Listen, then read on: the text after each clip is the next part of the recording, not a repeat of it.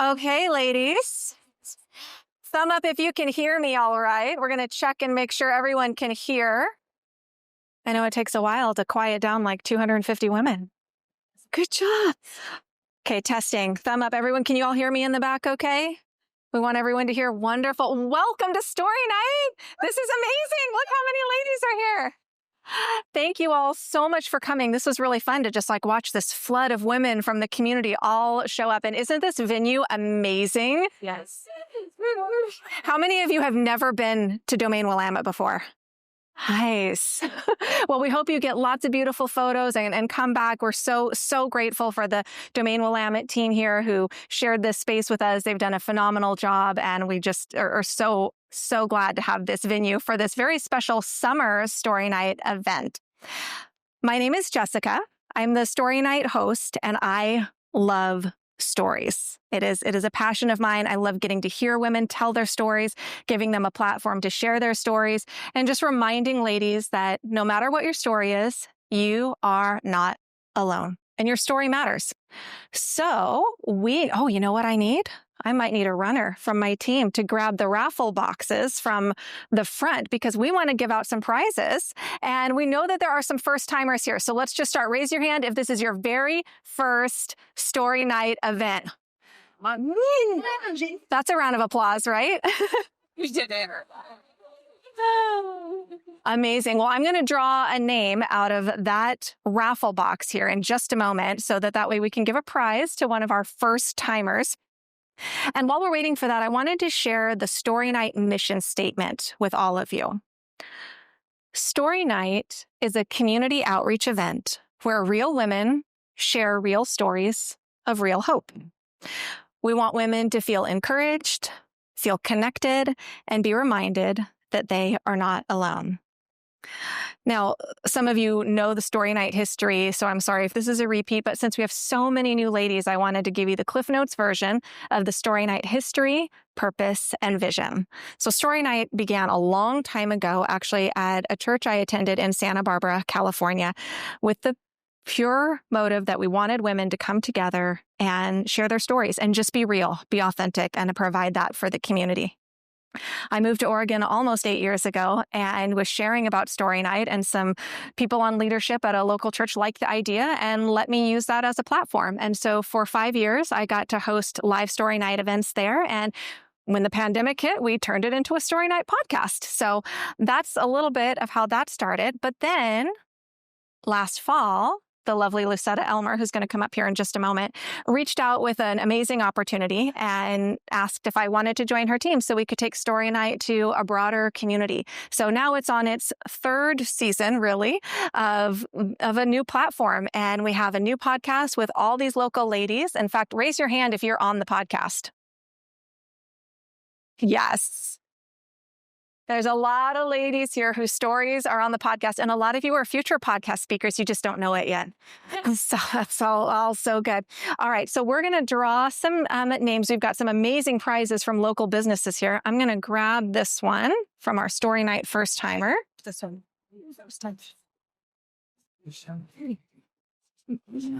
If I can open it. I know. All right, Lucetta, you want to draw a name for us? Well, I was going to hold it. Oh. Okay. Katie Ellis. Oh, yay! We have a prize here. And this one is the Alpine Fitness one, I believe, right? Awesome. Yes. Unfortunately, Jade, who owns Alpine Fitness, was sick today, but she's on the podcast. You got to hear her story. It's an amazing place, and we hope you check it out. And there's a great prize in there for you. Oh, was it just? What was that? Was it? Alpine Fitness. Yeah. Okay. This one's going to be for later. Thank you. And then this one's going to be for later. And then we're going to do... You're all good. This is the next one. All right. Thank you. Marnie's episode 6. You should hear her story too. She's amazing. All right. So real quick, I would like for everybody to pull out your phones. And while you do that, check to make sure they're on silent. But we'd love everybody to like take a selfie or take a picture of the group so that you just tag it on social media. We want to share, share, share. And on that same point, I have a raffle box here of those ladies who brought 3 or more guests. And we're so grateful for those of you who are helping to spread the word and tell everyone about Story Night. So we have a prize for one of you who brought a lot of ladies. Here we go. You do that. While you've got your phones out, you can look for the podcasts too and subscribe. Okay. What's it on? So one of these ladies brought 3 or more guests. Mindy? I did. Where's Mindy? Yay! Boom! Oh, good. Marty, I'm going to take it. Yeah. All right, Mindy. We have... This is from the Swede Mom store. Oh. And Cammie, owner of Swede Mom, is one of our Story Night team members, and she's also on the podcast. So we have a little gift from her. Yeah, round of applause. Thank you for bringing guests. All right. Now you can all put your phones away, again on silent. And I'd like to invite up Lucetta Elmer to introduce herself to you and explain her connection to Story Night. This one or that one? Either one. Okay. It's on? It should be. It's on. Yeah. It's on. Hi. That was cousin Mindy. Where are you? Oh, there you are. That's who won. My cousin. That's wonderful. Congrats. You're good. My name is Lucetta Homer, and I am so happy to join Jessica with Story Night. Did we meet also 8 years ago? Yeah. Yeah. And we were connected through a private school. Yeah. And we were chit-chatting one day, and she was asking questions, and I think I told her my adoption story, and she said, "You have to be a speaker." And I said, "I'm speaking to you right now." I didn't know what she meant, but Surprise. I do now. And so that I spoke back in some year. I don't remember when. Yeah, it's been 5 years. 5 years ago, and I told my story. But then fast forward, like she said, we've segued into a new platform of Story Night. And sorry, okay, there we go. Current life has me as a politician, but that's not really who I am. That's just I go to the Capitol and I do stuff, and so I have to identify like that. But don't hold that dirty word against me, because it doesn't mean anything bad for me. Not for Lucetta, yeah.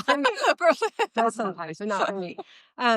So this is sort of under that platform. It's actually a constituent outreach, but that's another word or term we don't really need to ponder on. Truly, what brought Jessica and I together is that I just love the mission of Story Night, and I truly, truly believe that we all have a story. And what do women need? They need connectivity.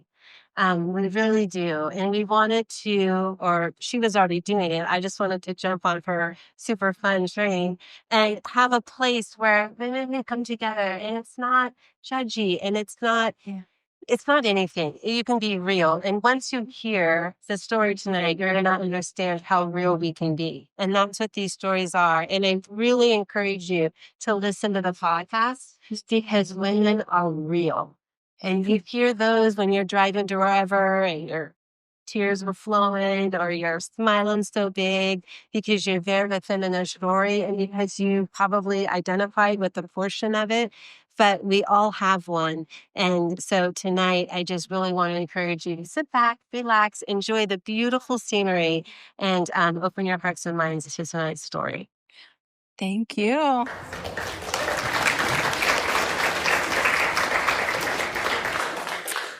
And to just echo what Lucetta said, you all have a story. And I hear so many times women say, well, I don't have a story. And what they mean is I don't have a dramatic story. Well, drama and tragedy does not identify a story. You all have a story. If you're standing here and breathing, you have a story, and your story is not even over yet. But we've got these boards, kind of when we wrap up here, there's some boards. Some of you already started writing on them. It says, I have a story. So we encourage you to take a pen and just write down, maybe it's one word, maybe it's a whole paragraph, but it's anonymous. We're not doing anything special with those. It's just a visual to remind us that we all have stories, and you might recognize your story and somebody else's story. And that is the beautiful thing. That's the connectivity. That's what crosses all the bridges where you go, oh my goodness. I mean, for example, tonight's story is about cancer. Guess what? Cancer doesn't care what your political party is. Cancer doesn't care how old you are or where you're from or anything else. That is a connecting story. And we have every type of story we've shared on these podcasts. We've got heavy stories. We have abuse stories. We have more lighthearted stories. We have adoption, we've got infertility, we've got abuse, we've got cancer, we've got divorce, we've got eating disorders. I mean, I could go down this whole long list of all these different things that women have been through. And we need to share them because somebody needs to hear it. Somebody needs to be encouraged by your story. Now, with that, we're going to have Caitlin come up and share her story in just a moment. But tonight's a little different. So for those of you who are Story Night veterans, already you can tell, well, there's no big slideshow and it's already feeling a little different. So we wanted to do something fun this summer since we're outside, no slideshow. Instead of having our guest come up and just monologue her story, we're going to do this like a live podcast. And for those of you who have sat with me before to do podcasts, you know what this is like. We sit next to each other, we've got a little microphone in front of us, and we just have a real, authentic conversation. So that's what we're going to do here. But before Caitlin gets to come up, I'm going to invite Chelsea up because Chelsea is going to give us a little introduction of Caitlin. So welcome to the live podcast. Come sit down, come join me. So Chelsea, would you introduce yourself to everybody and tell us who Caitlin is and why she's amazing? Yes, I would love to. Hi, everyone. My name is Chelsea Patterson, for those who don't know me. I'm just honored to be here tonight to introduce my friend Caitlin, who also happens to be my boss. She doesn't like when I say that because it's weird. But I like it. I met Caitlin about 12 years ago through a mutual friend. We're both raising girls, watching a lot of basketball games, and sitting through many gymnastics classes. About 3 years ago, I walked into Union Block and ran into Caitlin. She mentioned she was looking for an assistant and was curious if I would be interested. Honestly, it didn't take me very long to say yes, and I'll forever be grateful that I did. This job has been a blessing in so many ways. I didn't know very much about With Courage when I started, and I didn't really know very much about breast cancer. For the last 3 years, I've been humbled by the women I've met and inspired by the woman that sits across from me. Caitlin is a fighter, a survivor, an amazing mom, wife, sister, daughter, and friend. She's also a visionary. Everything you see at With Courage, from the carefully curated care packages to our pink ribbon event, Caitlin's heart is behind all of it. The breast cancer journey isn't easy, but having a support system can make a big difference, and that is exactly what Caitlin desires for these women. I wish that all of you could see what I see every day. Caitlin pouring her heart and soul into With Courage in order to serve the women fighting a diagnosis that they never asked for. Caitlin just gets it. She understands, and there's no one else you'd rather have in your corner. I don't think any of us would have blamed Caitlin if she fought cancer and then asked us to never bring it up again. But cancer doesn't define her, and it definitely didn't stop her. She had a dream of creating a space for women who need support, and that's exactly what she's done. She's created a space where it's safe to be real, ask questions, and feel seen.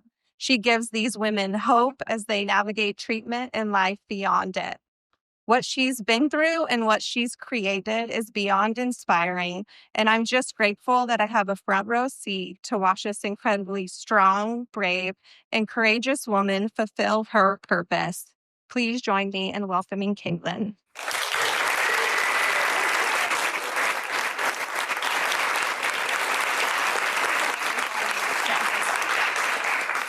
Thank you. Well, welcome, Caitlin. Thanks for being willing to do this. We've actually kind of texted about this for, 7 years. Yeah. She finally made it happen. We did. And a lot of that had to do with doing it over the summer and doing it podcast style. So welcome, everybody. Welcome to our live podcast. Welcome, Caitlin. Thank you for being willing to do this. And before we dive into your story, because we just heard an amazing tribute to who you are and what you're doing today. And I think that's what a lot of women, if they already know you, they know about your nonprofit, they know about With Courage, they know about that. But we like to rewind the tape because we know that for many of us, our passion comes from our pain. Or we turn our mess into a mission, or our test into like a testimony, or you do something with it. You're doing something and you don't waste your suffering. And you have definitely been an example of that. But we have to start at the beginning. So, Caitlin, where were you born? And can you tell us about your childhood? Yes. So I'm Caitlin Sticka, and I am married. I have 2 daughters, 12 and 10, and I live in Carlton. So I was born in Moscow, Idaho, and my parents were married for about a year before they got divorced. And I am lucky now to have a wonderful step family. I have a wonderful stepmom and stepdad and wonderful step siblings. I lived in Moscow for about 10 years and then moved to Issaquah, Washington, where I went to middle school and high school. Yeah. Now, your teen years, I feel like you had gone through a few things that kind of prepared you. One of the words we talked about when we first had this conversation was the word adaptable. Mm-hmm.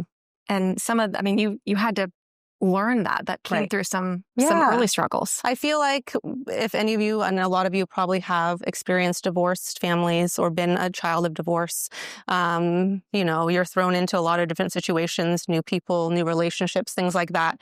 And I just feel like I had to, from early on, kind of adapt to that. It was, it wasn't always easy, but I think all of us made it possible and worked really hard to have really good relationships too. So that was really important. Yeah. Mm-hmm. Well, everything about you, even from the first time I met you, was just this grounded person. It seemed like life didn't faze you. Like you could roll with the punches. You could handle it. And we know it's the big piece of your story is coming. But first, your teen years and then college. Yep. So I moved to Issaquah, Washington, and started school brand new in 6th grade, which was hard. That's a hard age. It was. And away from my dad, new stepmom and sister, and that was really tough. But I think I just, when you're young too, you just kind of like, well, you're in your own selfish world a little bit. So you're just kind of doing that. And I started running track. I loved track. I did it in middle school and high school. And when I was going to look into college, I wanted to run track. So I found a couple places to look at, and Linfield was one of them. I fell in love with the campus. I really liked the coaches, and I came and visited and got some scholarships for academics and was able to come. And that's how I ended up in Oregon. Any other Linfield alum or Linfield teachers? Linfield, anybody here? Yes. Well, we're glad you landed in Linfield because that meant you landed in Yamhill County, and we got to keep you. Now, somewhere along the lines, a certain gentleman enters the picture. Yes. My husband, Ryan, he's from Carlton, and we met through a mutual friend. It's a funny story. He's pretty introverted and shy, and I tried to sit by. I saw him at church. He was at a college group, and I said, "Hey, do you want to come sit by us?" And he's like, "No, I'm good." I'm like, perfect. Okay. So, Yeah. Were you just trying to be friendly at that No, point? I Or thought did it you was have cute. your eye on it? I was like, hey, yes. back over here. I think it was really cute. Anyway, we all started hanging out together in a group. We ended up going to Lake Shasta on a college trip with the youth group, and he taught me how to wakeboard, and he was cute. And anyway, very sweet, different than a past relationship I had, and it was just a really good, a good thing. So were you teenagers when you met? No, we were like 22. I don't know actually. And how long did it take? Because if he's an introvert, how long did it take? He finally sat next to you. Yeah. And then eventually asked you to be his girlfriend. It took a while, but so we ended up taking a bit of a break in our relationship, about a year. And then it was kind of one of those things where it was like we either stop talking to each other or get married. So we did. So if anyone's waiting for that ring, you can just give that. Hey, we either stop talking or when get you married. just kind of like keep. They're still connected in some way, and it's either going to be toxic or you got to make the move. So yeah. So we got married. We got engaged in November, I believe, and we got married the next May. Yeah. Yeah. So not very long in engagement. And so this is the point where probably every woman in here has either experienced this or is going to experience it, where you're kind of at that exciting new beginning where all of your hopes and dreams, and for any other type A planners out there where you plan your whole life, like I'm going to be married at this age, I'm going to live here, this is what I'm going to do in my career, I'm going to have this many kids by this age, yada, yada, yada. You make this great plan and find me if that actually worked for you, because I don't know anyone that quite happens that way. But in that moment, right after your wedding in 2011, what was your vision? What did you and Ryan dream about, talk about? What did you think was going to be your future in terms of being a wife, maybe a mom, any career in there? Yeah, so I went to school at Linfield originally to be an athletic trainer, and didn't go that route. I ended up changing it to elementary education. So I got my degree in elementary education. In the meantime, I was working at Union Block Coffee, and I loved doing that. When I graduated, there wasn't a lot of jobs.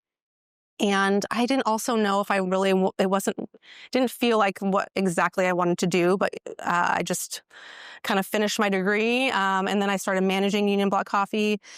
And then Lucetta bought it, and I said, I'm out. I'm out of here. No, I'm not connected. But I worked there, managed for a couple years, loved that. I loved meeting people, new people. And if you actually knew me in high school, I was actually more introverted, less. My sweet stepsister, Casey, would take me out with her friends, and I would just sit there, and she'd be like, are you good? And I'm like, no, I am good. I'm fine. I'm just taking it in. And so Cindy Lorenzen was the owner of Union Block at the time, and she was a wonderful mentor, and she was basically taught me how to talk to anyone. And so it's a great skill. I loved that. I loved meeting like tourists who would come in and be like, I just loved like sharing resources, sharing, go here for lunch, do this kind of thing. I love that. So then I got a job at the Carleton Dental office working in patient care coordination. Yeah. And so I didn't really know. I wasn't really sure what I wanted to do, to be honest. And then I got pregnant with my oldest daughter.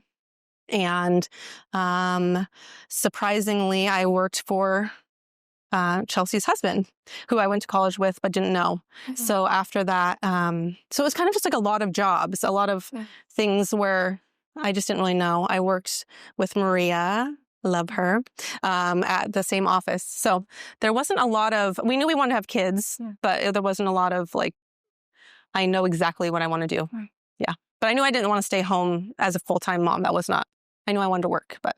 It's interesting that you didn't have this like clear, I want to do this. It's almost like you were, just being prepared because you were going to be doing something you probably never saw coming.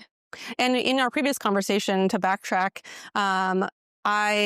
so my stepdad is a retired minister, and we would go to like the food kitchens in Seattle and do a lot of volunteer work. And I was really involved in that. And I think, looking back, I really liked that kind of thing. I liked being a helping hand and things like that. So, and serving people and not being afraid to walk alongside them wherever they're at. Yeah. So we're going to jump now to 2014. because this is kind of when the bulk of this story begins. Mhm.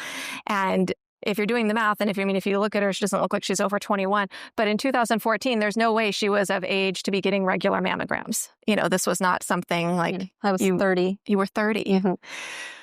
So can you take us through that moment of what even triggered the need to go get checked? Yeah. So I was just laying in bed and I was just, I don't know, feeling my breast for some reason. And I was like, oh, does that feel weird? I said, oh, that feels weird. And I said to my husband, does that feel weird? He goes, I don't know. I guess go get it checked. And I was like, okay. So I called my OB and got the young, sweet girl in the front. And she's like, okay, well, she doesn't have any time, and kind of pushed it away. And I said, okay, well, and she got me in, and my OB was very upset about that. She's like, I wish she would have got you in earlier. I said, that's okay. It's not her fault. She didn't know. So she immediately sent me she felt something, and she immediately sent me to get a mammogram. And I went to Newburgh Hospital, and the lady was grumpy, and it was an awful experience. And she wouldn't let my mom come back with me, obviously not in the room, but to an area. And it was a really bad experience. And kind of fast forward, that's really important to me, that I really talk to the ladies that we help about advocating for yourself, making sure that if you have a bad experience like that, to find a good experience. But I didn't know, I was 30. I didn't know. She was just like, do you have deodorant on? Why? I'm like, I don't know. I don't know. And then, could you be pregnant? And I said, I don't know. Maybe, I guess. I don't know. Well, if you are, you could wear this, those like lead vest things. And in all the fuss of it, she didn't actually give me one. And at that time, I didn't know I was pregnant. But she did the mammogram, and then they immediately had me see the radiologist for an ultrasound. And my mom, is a cancer survivor too, and she had lymphoma when I was little. And she said to me, "It's okay. It's going to be fine. I know what it looks like when somebody has bad news." And I said, and I just knew, though. I knew it was cancer.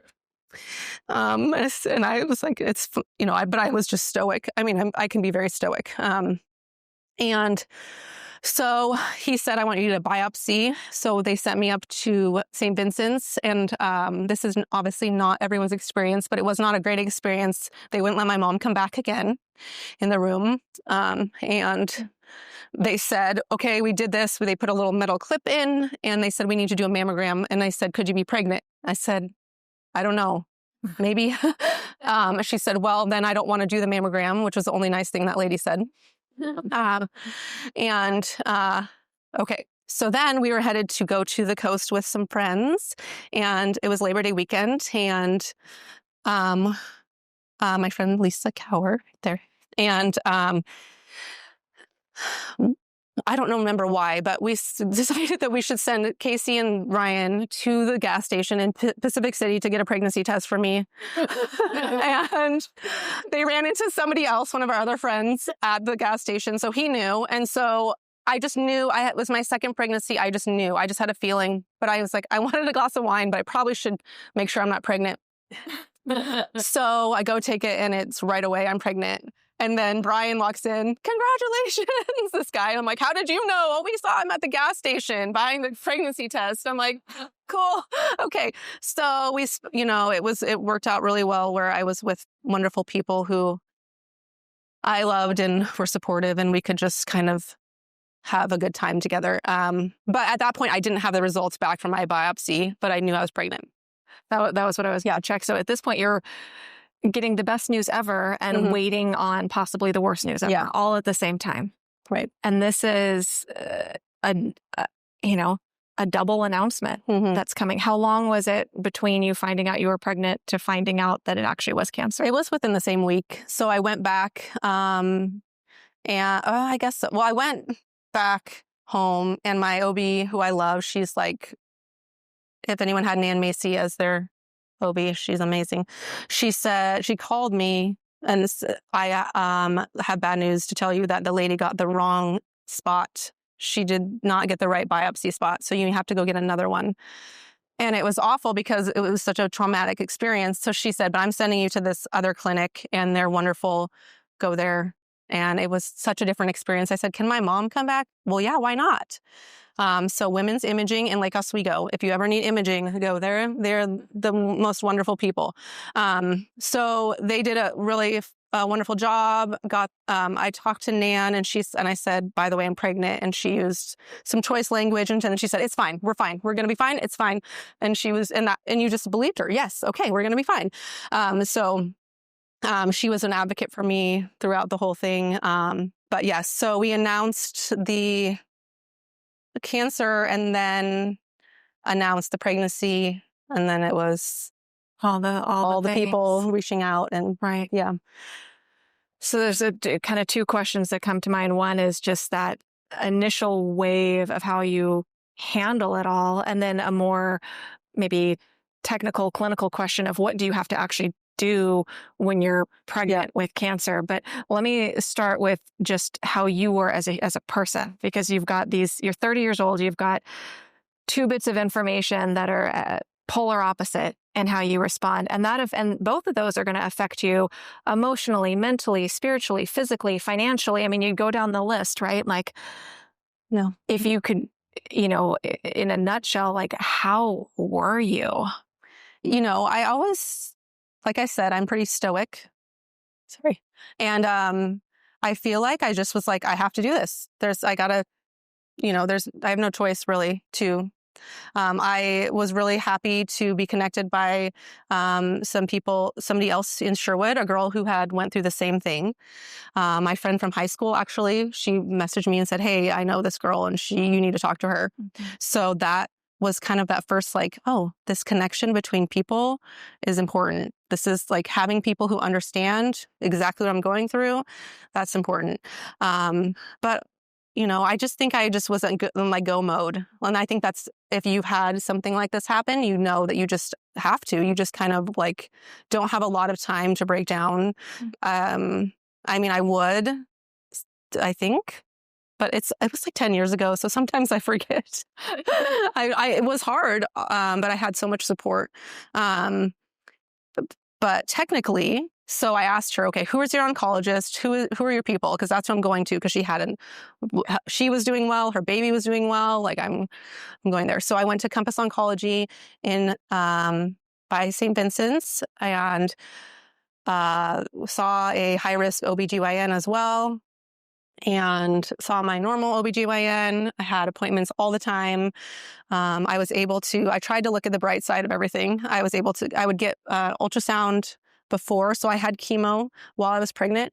I had it through a pump. So I would go in and get part of it. And then I had a port and they would give me a pump that would slowly release the chemo over the weekend.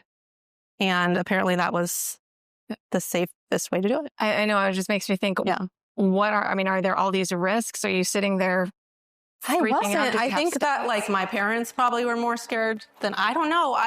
The only thing I can say was I just felt peace. I felt strong. I felt like I could do it and I had to do it. I mean, it wasn't an option. I had a almost 3-year-old daughter. Yeah. And I just always knew she would be fine. She's my 10-year-old now.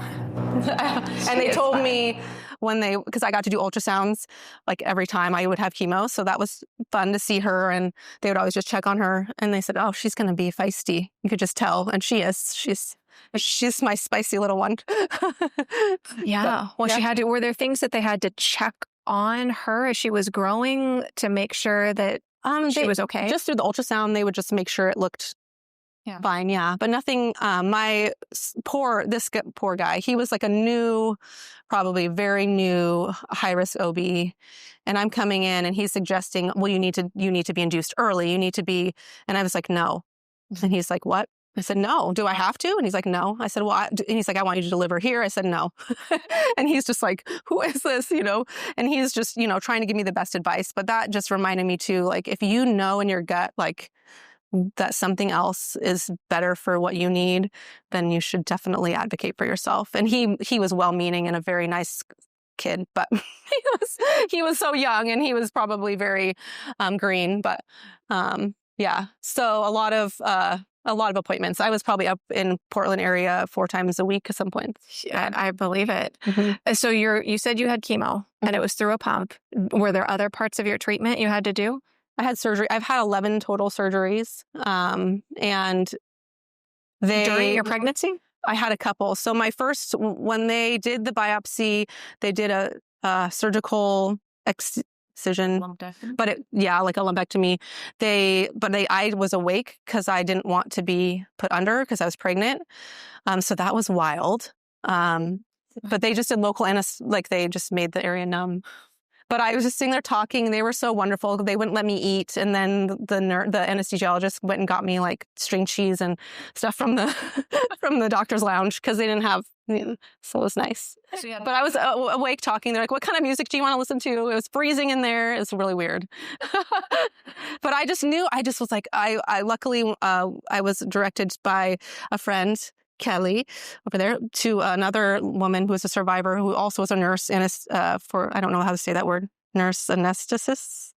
Got it. Wow. Thank you. She told me these are the things, this is what you can do, or these are the things you can do. And this is, it was really nice to talk to her. Yeah. So lots of connecting. People were just wonderful. They were giving me all sorts of resources. We love that. You're speaking story night language. Yeah. So you had one surgery during the pregnancy? Yes, I think one. And then comes the moment where spicy Lily is going to arrive. Yes. And did you have to get induced? Did you have to do any of the things they wanted you to do, or did you get to do it your way? So they, sorry, I feel like, do I have a hair on my face? I feel like I got tickles in my nose. So my older daughter was late as well. And then basically Nan said, if you don't start showing signs of labor by this time, I'm going to have to get you induced. So I had been scheduled to be induced on May 16th at 8 a.m. And I went into labor and had her without being induced by 8:30 on May 16th. So so she decided that she was ready. Yeah. Way to cut it down to the very. Yeah. So I went in and he's like, "Hey, you're early." The guy was like, "Yeah, I'm here. Yeah, you're ready." Did they have to do any special precautions? So they had to make sure my blood count was fine because I had an epidural. And I was like, once you know that the blood count is good, give me the epidural. Because I had tried to do one without an epidural with my older daughter, and I said, no, thank you. And that's fine for people who want to, but I just could not. I was in labor for a very long time. She was 9 pounds, 3 ounces. She was a big lady. Big, strong girl. Yes, and now she's just a little string bean. Did they have to do any tests on her when she was born? No, they tested my placenta, which was interesting, and there was no sign of chemo in the placenta. Mm-hmm. So that was really cool. And she had a bunch of hair, and I had less hair. It was fun. It was just a funny little thing, but she was perfectly healthy. Yeah. Yeah. But they of course test them and make sure all the normal tests. But the biggest thing they did was the blood work to make sure that I could have the epidural. Yeah. Yeah. And it wasn't too much longer after she was born where your treatment ended. So I started after I had her. There was a certain chemo that they did not want me to have while pregnant. So after I had her, I started chemo pretty soon after again. And then I had a big surgery when she was 5 months old. And my plastic surgeon kept on saying, "How's your energy levels?" And I'm like, "Fine, why?" And he kept asking me that, "Fine, why?" And then I realized why, because I was knocked down for a long time. It was bad. Was it a mastectomy? So I had a mastectomy with a deep flap. If you're familiar, it's a 12-hour surgery where they create your breast. It's a microsurgery with your own tissue. Yes, I was trying to avoid implants, but hence the 11 surgeries. I now have implants. So, and now the cancer was in one breast, but did you end up doing this surgery for both? No, I did a single mastectomy on the left side. Okay. And we realized this within the last week. One of those really cool details. For this first round of your cancer, your very last day of chemo was July 31st. 10 years ago. Exactly. 10 years ago today. Yes. which was, just she was looking at my photos because she asked me to give them. And then she's like, Caitlin, you're giving me the wrong dates. I'm sorry. they were going backwards. I'm like, I don't know how you're pregnant after the baby's born. This is weird. Oh, yes. So, but yeah, so I went on a little search and I looked through her Facebook and I was like, oh my gosh, July, like, is that real? July 31st, 2015, which we did not plan, but this is the 10-year anniversary of her being done with her chemo for the first round. Yeah. And we would like to say, okay, that's the end of the cancer story, but it's not. But let's pause there for a minute. So now it's 2015. You have 2 beautiful miracle children. At that point, you're done with treatment, but is cancer over? Are you cancer free? Did life go back to normal or was it a new normal? I feel like this is a whole conversation just on this part. Yeah. When we talked about that last time we were chatting, I think that survivorship is like probably the hardest part of cancer. I think it's complicated and you look normal. Like if you saw me on the street, you would not know my story. And that's like any story, right? So treatment is not done for me. So I had hormone positive breast cancer. So I'm on a anti-hormone therapy. Because of my age, they want it to be 10 years. So ovary suppression, things like that. So just throw you into menopause. It's great. So there's that. So there's those like physical side effects, but like you have a new look on life, which is amazing. It is amazing, but it's also hard because now that you experience that, you have different fears. You have different things that come up that trigger those hard moments. I think your body remembers things for sure. I'll have certain days where I'm like, wow, why am I in a funk? And then I'll see a memory on Facebook or Instagram. I'm like, oh, wow, that was the anniversary of something, or I was clearly feeling something in that moment about this. But I think survivorship is tricky, and that's something we'll talk about with courage, but it's important to me that we have the support for that for people because, you just don't know until you're there that it's really tricky for sure. Yeah. We talked about the famous 2 words, why me? Mm-hmm. Why me? And did you wrestle with that? How did you get through that? I think that I didn't ever, but I think people do. I think I was just like, well, why not me, I guess. I mean, 1 in 8 women will be diagnosed, which is awful. But I always knew, I think one of my surgeries, I was recovering and I stopped and thought, man, I had so much support. I mean, amazing support.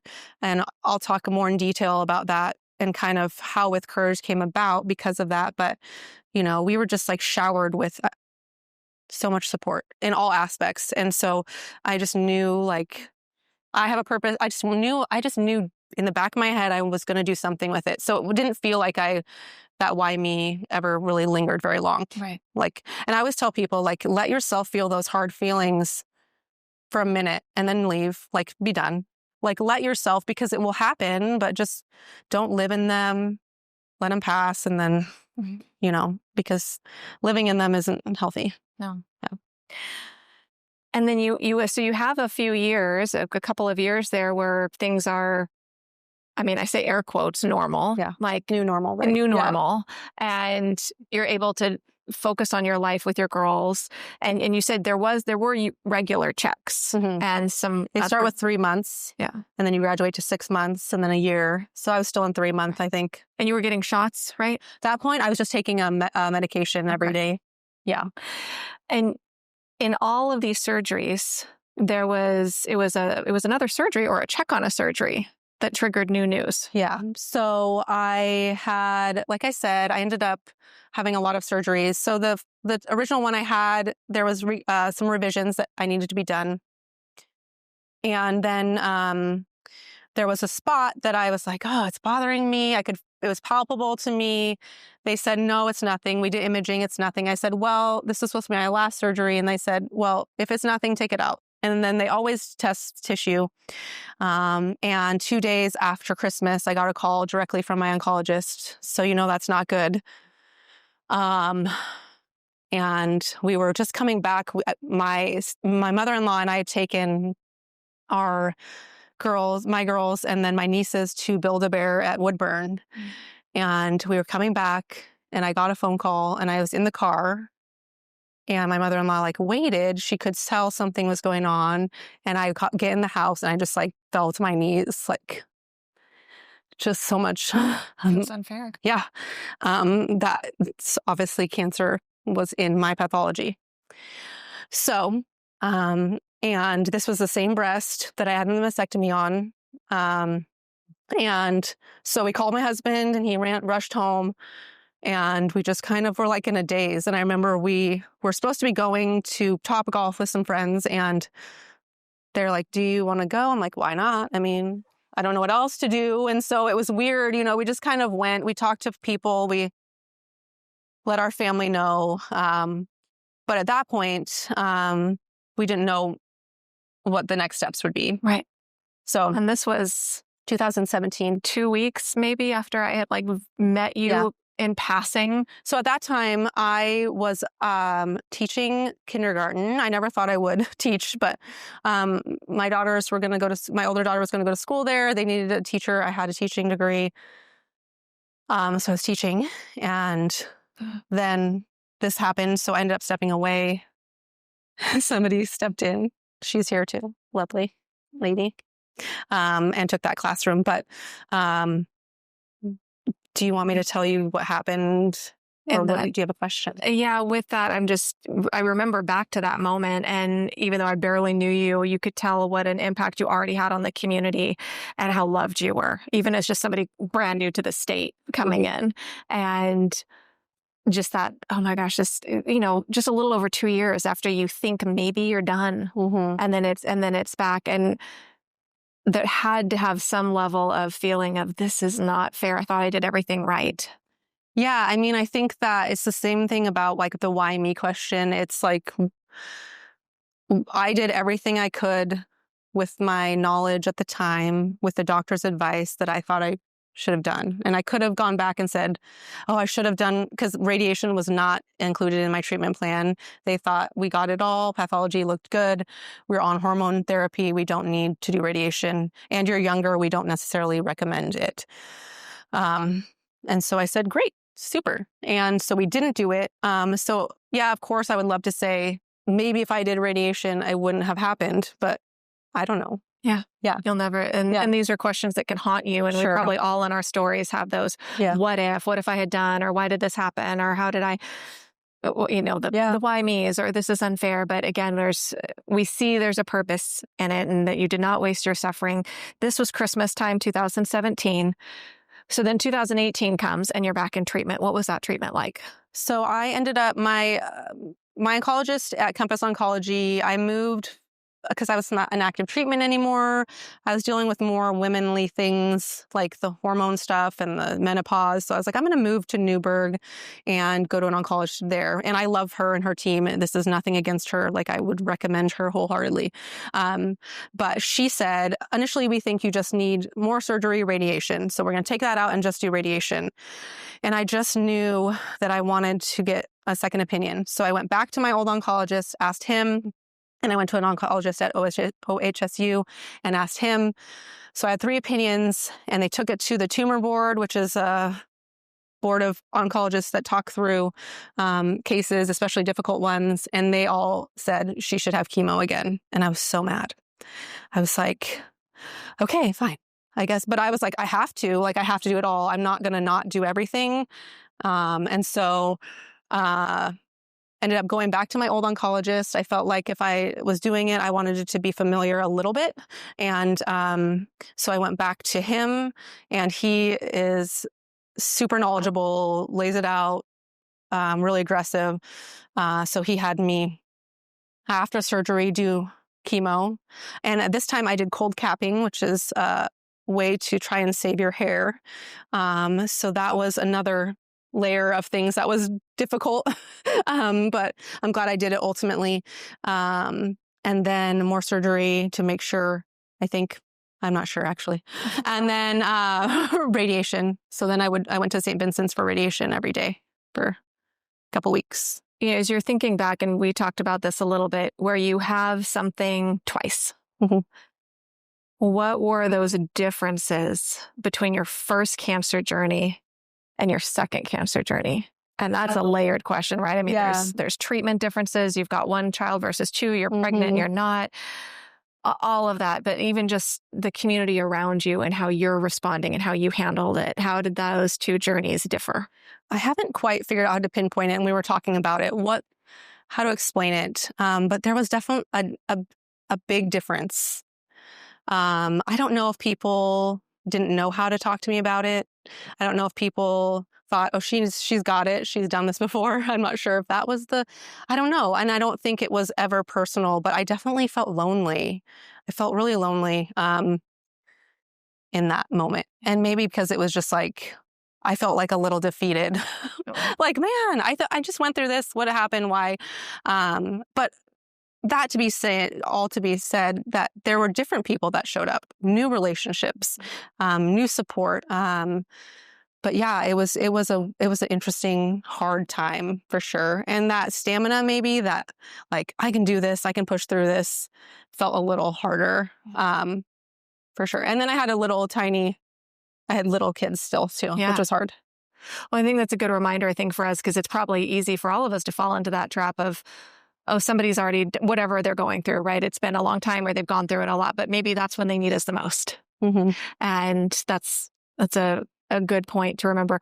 There's so many other trails I want to go down asking you questions, but I'm going to let this loud car go by first and get you to the end, air quotes, of that second journey when you were done. And then what is the term? Are you, people say, are you cancer free? Is it all over? Is it ever over? Right. I think that most people would say they don't like to hear that. They don't want to hear, so you're good. I mean, people say that, and that's not to anyone's fault. I think it's just human nature to say you're good, you're cancer free. And I don't know. I feel like it's really hard for me to say, yep, I am. I'm in remission. I think it's easier to say, I'm doing well, and I have hard days or things like that, because there's always that little in the back of your head, like, am I good? Am I cancer free? I don't know, and so I think that I finished radiation on my daughter's, do you remember what year that was, Lisa, when we went to Seattle? We went to Seattle to a Mariners game, and it was my daughter's birthday, my oldest daughter's birthday, and finished radiation and went up to Seattle. It was fun. But so now they put me on a new hormone. So I get a shot every month to put me into medical menopause, and I take a pill every night. So that's where I'm at. And I just got hard news that I thought I was going to be done in August, and they told me you have 3 more years of this. So that's just kind of one of those things where it's like, you do, like, am I done? You're just constantly waiting for, and you're not, and it's more like subconsciously, I think. Right. Yeah. Family. So to answer your question, that is a hard question to answer. Yeah. Okay. Yeah. For, I think, anyone who's been through. There are a lot of questions out there. And I think probably all of us have experienced that, where you maybe have a question for somebody, but you don't know how to phrase it. Yeah. And you don't want to ask it the wrong way.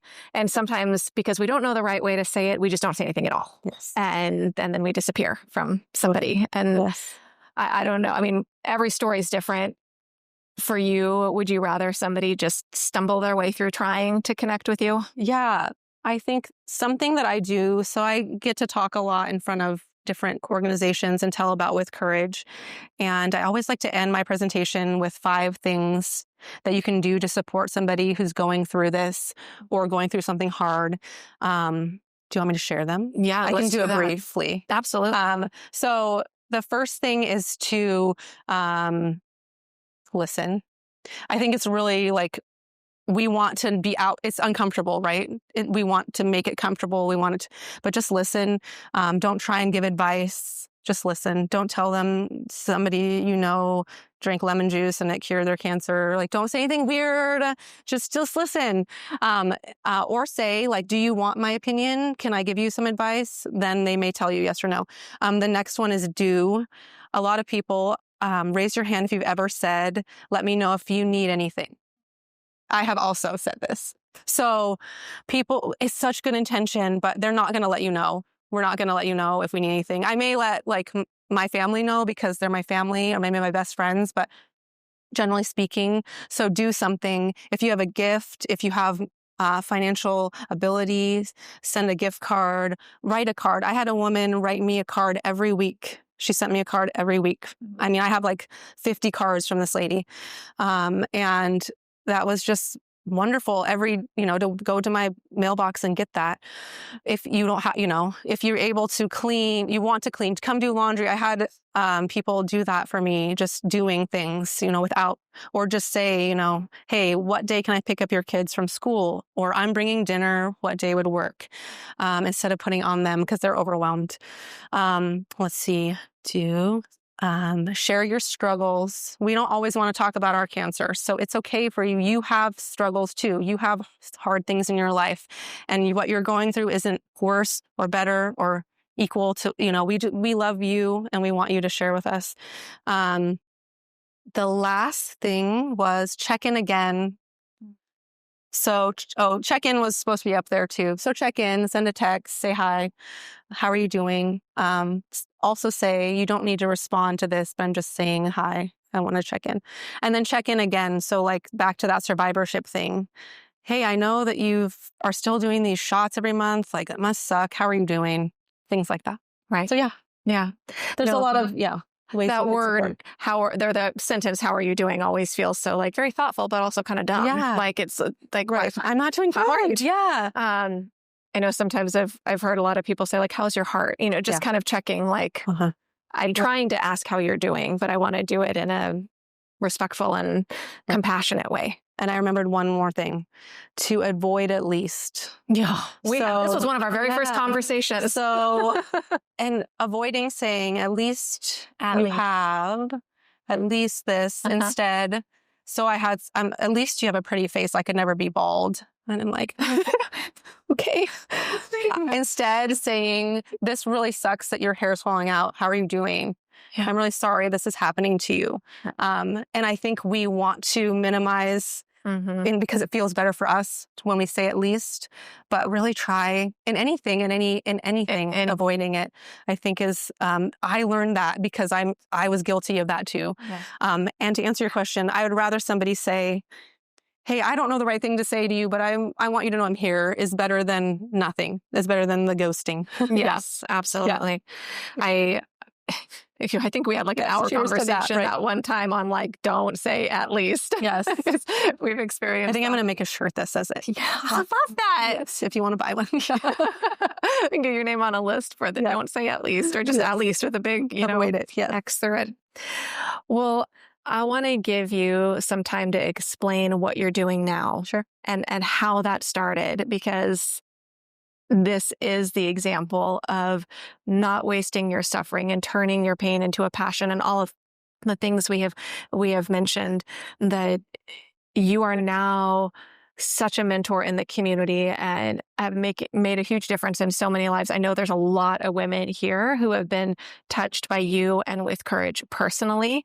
And we do want to honor those women in a little bit. But for anybody who doesn't know much about With Courage, how did it begin? What are you doing? Yeah. And for those who need it, what does that even mean? Okay.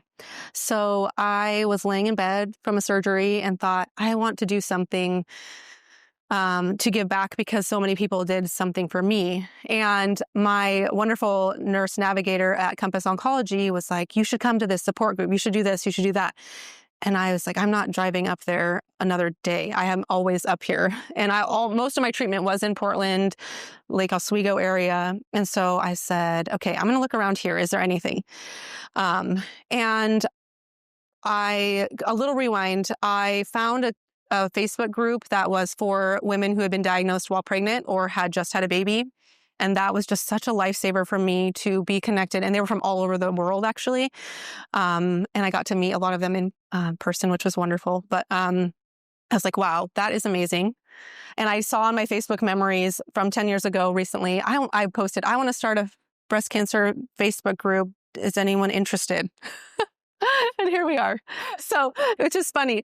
And so it just started like brewing in me that I needed to do this and I wanted to do this and how was it going to look? And so I started by just talking to Carmen Banky, who runs Seeds of Hope. She's somewhere here. I think she's here somewhere. I saw her come in. Wonderful, has been a wonderful mentor and sounding board for me. And Seeds of Hope is a program that we partner with, and they help families going through life-threatening illnesses. So I was like, hey, what can I? She's like, well, maybe we could have you included in what we're doing. But I just wanted they have some criteria that wouldn't necessarily fall into what I wanted. And then I got in touch with, I don't know if it was Isaac Hearns, Heidi Lindell from Hope on the Hill. And Isaac owns C&D Landscape and Christmas Decor. And so if you see our pink lights around, that was Isaac starting. And he's like, we need to do something. And so we have pink lights. So they put them up. And so they said, hey, we have this kind of program under Hope on the Hill called Kathy's Hope. Kathy had breast cancer and blah, blah. And I said, okay, well, I have this idea and it's called With Courage and I want to do it. And so they let me run the program of With Courage under Hope on the Hill because I said, I don't know how to run a nonprofit. So it was just a wonderful incubation period for With Courage where we were able to start by giving care packages. So I was like, okay, what was helpful? What felt comforting? What would just like brighten my day? So that's how it started. And we put together all these things. And then it was, okay, I want to start this private Facebook group because peer-to-peer support there's nothing like it. There's nothing like somebody who understands what you're going through. So, and you can ask questions and really ask like, do you like your surgeon? Do you like, how did you really do? Because, these people, bless their hearts, they don't know. They said, oh, this port that we're putting in, it's not going to be very sore. You'll be fine. And I was like, oh my gosh, that was awful. And then everyone else is like, yes, this was awful, but they don't know because they never had it. And then nobody's telling them it's awful. So getting the real, down low from the people that actually had been through it. And so that started, and then it was just kind of like, we just grew really quickly, unfortunately, with wonderful support. Our community is amazing. The Pink Ribbon event, which is our main auction, was started by Ben and Cass Van Dyke and a bunch of friends who wanted to support a couple. There was 3 of us that were diagnosed, and that's how it started. And I don't even know, hundreds of people came and had this auction for our families. And then we asked, can we take this on as a fundraiser? So we're coming into our 11th year doing that. So I just, all of these people fitting into this puzzle and making it happen. So we do care packages. We have an online support group, which is peer-to-peer, and we have in-person meetups. We meet monthly for coffee. It was really important to me that it felt genuine, authentic, like you're just having a conversation with your friend. So there's really no agenda usually. We just come and we have a common theme of breast cancer, but we talk about other things. We know other things about each other now because of that. We do quarterly meetups, usually in the evenings. So we try and do something more fun or different. Sometimes we bring in clinicians. So we'll bring in like a physical therapist, a nutritionist. But we've painted pottery. We've done hikes. We've done, what else have we done? I don't even know. Lots of fun things, just to bring community together.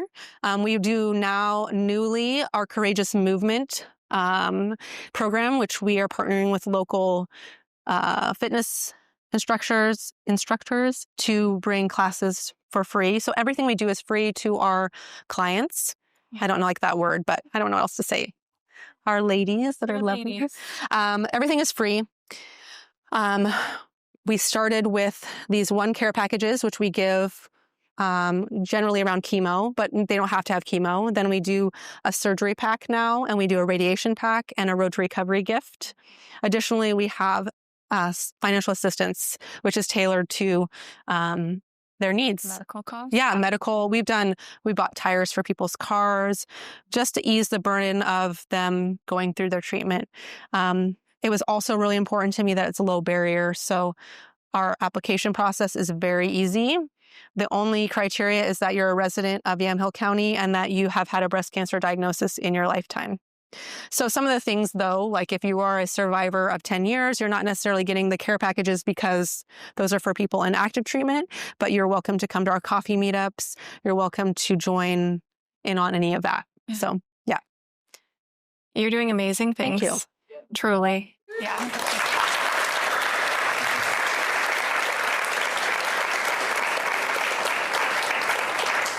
There is so much more we could talk about. Yes. And I'm an open book, so please, anytime. She is. And we may have a quick window for a little Q&A here, but as we kind of come to a close, first of all, I want to thank you for being willing to do this, to sit in front of a whole group of women, to go back through those hard times, to remember them. I mean, we're listening to it, but you have to relive it in your mind every time you tell it. And I recognize that. So thank you. And just want to commend you for everything that you are doing. If you had some final words of encouragement, you mentioned a lot like throughout the conversation, but whether it's related to breast cancer or just a hardship in general, any final words of hope? That's the whole point of this. Real women, real stories, real hope. Your real hope, your real encouragement for anyone listening. I think don't be afraid to find community and to let people help you. And don't live in those hard times. Like allow yourself to feel hard feelings, because that's not, like I said, it's not good to not, but you have something. I had a woman say to me when we first started, well, I'm just not, and she was a survivor, I'm not doing what you're doing. I said, but you have so many other things to do. Like you have all of these other gifts. And because she was talking about the things she loves. And I said, you have other things to do too. This is just what I meant to do. Yes. So yeah, I think the community, like find people who are there for you and who understand. Yeah. Yes and amen. Well, I want to keep an eye on our time because I know some ladies will probably, we could stay here all night, right? It's beautiful. But I do want to keep an eye on our time. We have a few more things to share at the end of this evening, and we do want to allow some time for everyone to just hang out and mingle and connect. And so we probably will hold our Q&A for just ladies, come find Caitlin. When we wrap up, we'll wrap up here in about 10 minutes, and ask her whatever questions you want. Like she said, she's an open book, an amazing human being. I'm so glad I got to meet you. I'm so glad to get to walk life with you in a small way and just get to see what you're doing. You have been a huge help to me for so many things as we're taking story night and pivoting. And you got to tell me how you took with courage and pivoted and all of that. So I have a little something for you from our beautiful Sue, who has the most incredible flowers. Thank you. That's so sweet. Where's Sue? Can you stand up and raise your hand? Doesn't she do the most beautiful floral arrangements? Oh my gosh, that's just For beautiful. you. Thank you. Yep. You get to put that down now. Do you want it off or no? That's fine. Yeah. I want to give you a hug. Thank you. Yeah. Ooh. Thank you so much. Let's give Caitlin another round of applause.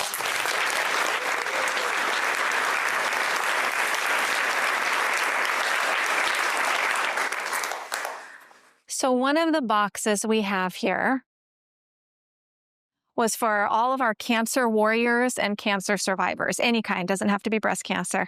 And to Caitlin's point, maybe this was 10 years ago, maybe it's right now, maybe you just found out. And I think all of us, if we haven't had a cancer diagnosis, we have somebody in our life that we love who has. I mean, it is just everywhere. And we have some prizes and we want to give, but if you feel comfortable, if you are a cancer warrior survivor, if you feel comfortable standing, we just want to acknowledge you and see you and applaud you for what you are going through or went through.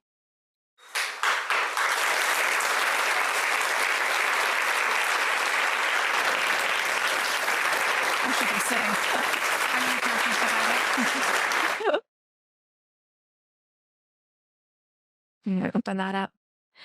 We have, I'm going to have you draw a couple names here because we have 2 incredible gift certificates here from Glow Spa. Where's Robin?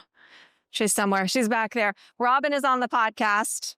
She's got an amazing story, and she has Glow Spa, and there is a 90-minute massage for somebody and an IPL photo facial. So exciting. Okay, so we got 2 ladies. Michelle, is it Joy? Cool. Yeah. Yes.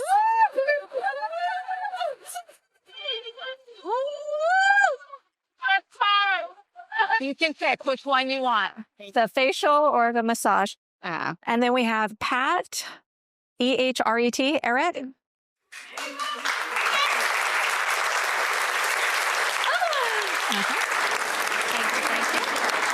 Let me check all my prizes here.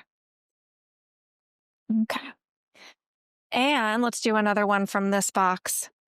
This is a Douglas on 3rd gift certificate. Thank you, Lucetta, for the Boutique Hotel on 3rd Street. And while you're on 3rd Street, there's a Union Block gift card for you. Thank you. Okay. Shelly Grant.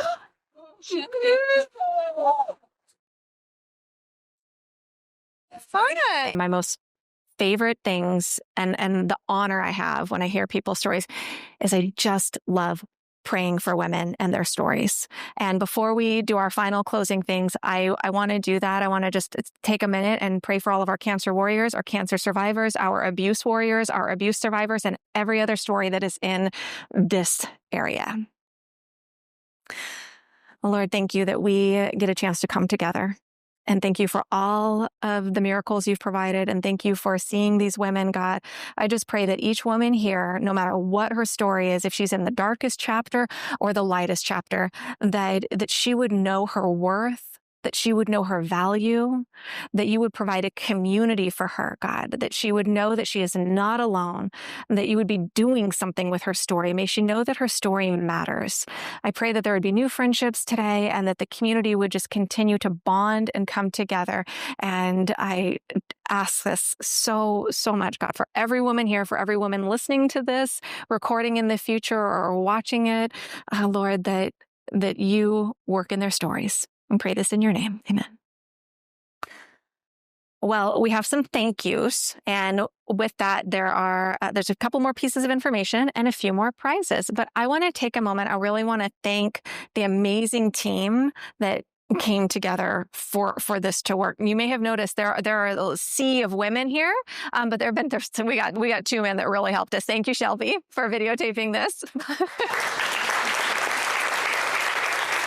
And I don't know if Zach's out here anymore, but he was the one that handled so much of the food and did tech for me. So we're so grateful for Zach, grateful for Courtney and Lauren, who are part of the Domain Willamette team. We want to thank Orla, ORLA. What does that stand for? Oregon Restaurant and Lodging Association. Oregon Restaurant and Lodging Association, who help provide donate food for us. It's just an incredible thing to see how many organizations and people in the community come together to make an evening like this possible. I do want to thank my Story Night team. Not all of them could be here tonight. Some are out of town or sick, but Charity and Kirsten and Leah and Cammie and Maria 1 and Maria 2 and Marnie and Susan and Annalise and Candace and everybody else who came early to help tonight. I want to thank you so much. And so my team, my ladies on my team, I've got a little candle thank you for you. Just thank you for sharing the light with your story. Most of my team is on the podcast, so you can hear their stories and get to know them.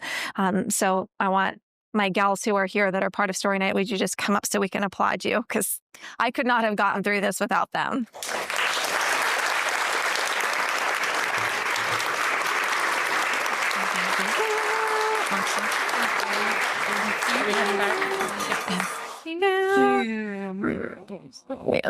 Here comes Cammie. Yes. I got one for you down there. Thank you. Bless you. Okay. I'm going to hand this to you. Susan's hiding back there. Will you go give her one? Truly, we talk about how much community matters. And even though I'm the one standing up here, so much of the work is done by these ladies who are behind the scenes.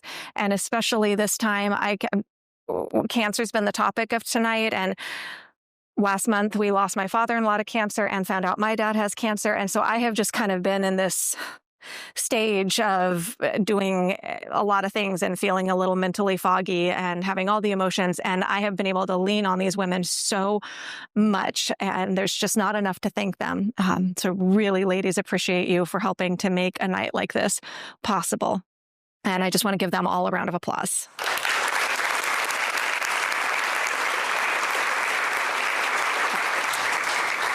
Now I'm going to have Lucetta come join me again because we have some more raffle boxes. You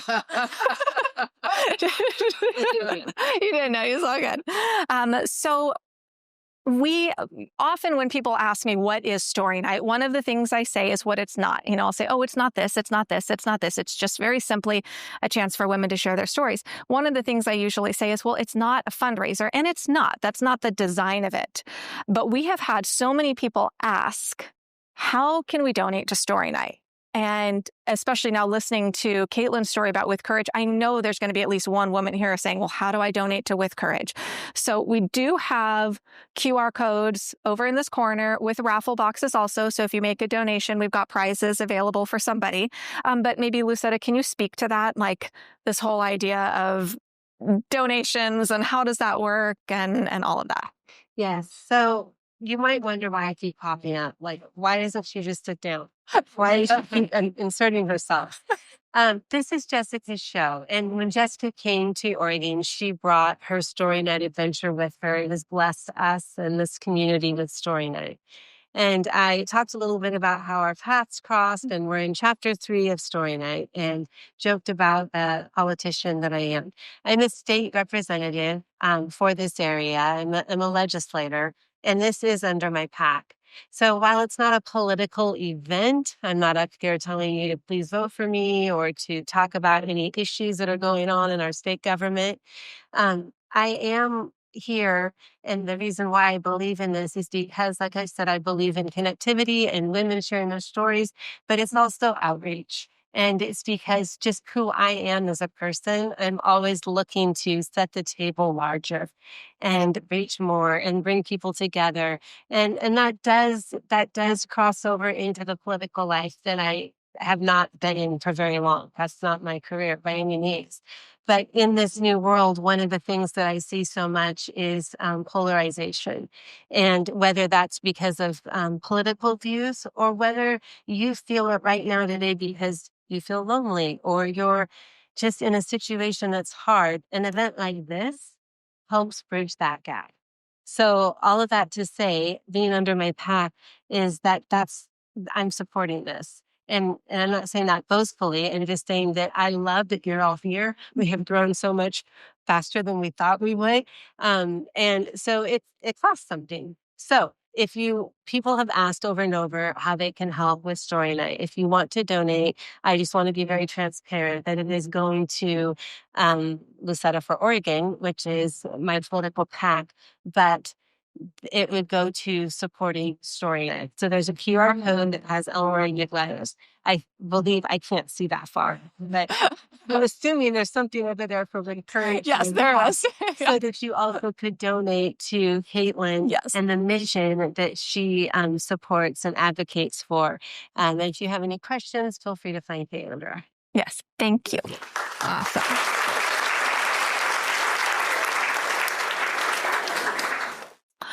Well, we're almost done with this part under the pavilion, and then we just want to dismiss you to enjoy this gorgeous evening.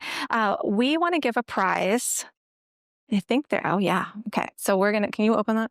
This is for our Story Night reviewers. So the name is in here. If you have given the Story Night podcast or the Story Night website a review or a rating, you may have noticed there are these little kind of plaques all around with QR codes. So if you want to share anything, what you liked about it, what we can do better, all of that, I'm going to give a prize to somebody. And that is Anna. Anna Bow. Where are you?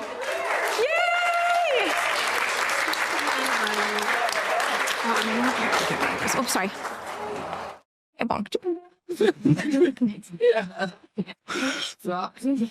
I have a gift basket from Kern's Chiropractic. Cressy unfortunately couldn't be here tonight, but there's all kinds of goodies in there. Awesome. Yes, thanks for the review. Awesome. So this is just kind of for fun. In our last little bit of time here while you're staying here, there's this beautiful area where there's a waterfall, and we just thought it would be a cool photo op. So if you want to like grab a sign and, with yourself or with a group and take a picture and tag story night because you all do, every single one of you has a reason to hold this. We just want to keep spreading the word, and we want to keep encouraging women that they have stories. We want to keep sharing them. We want women around this community to know each other, because we have all of us have been guilty of judging somebody or comparing ourselves to somebody. It's kind of a small town. Maybe you've been the victim of a rumor. I mean, who knows? And it's like, how many times we have sat there and said, if they only knew my story, or like, I just don't know that person's story. And we have them, and we want to share them. Maybe it's not up here on a stage, but somebody needs to hear your story, even if it's just one-on-one over coffee. So we like to close these events with a quote, and it's a quote from a book it's a pretty heavy book, but this quote has stuck with me for so many years, and some of you have heard it before, but I want to close with it. We tell our stories, and a drop of truth lands on the dry ground. The ground sings back. Alone, that would be the conclusion of the story. Dry ground absorbing one small raindrop. But then another story is told, and another drop wets the ground, and another, and then another. And slowly, beautifully, powerfully, the stories carve a pathway through, and that pathway becomes a trickle, where others with painful stories refresh themselves. And before long, this trickle becomes a stream that heals the nations. Thank you for coming to Story Night.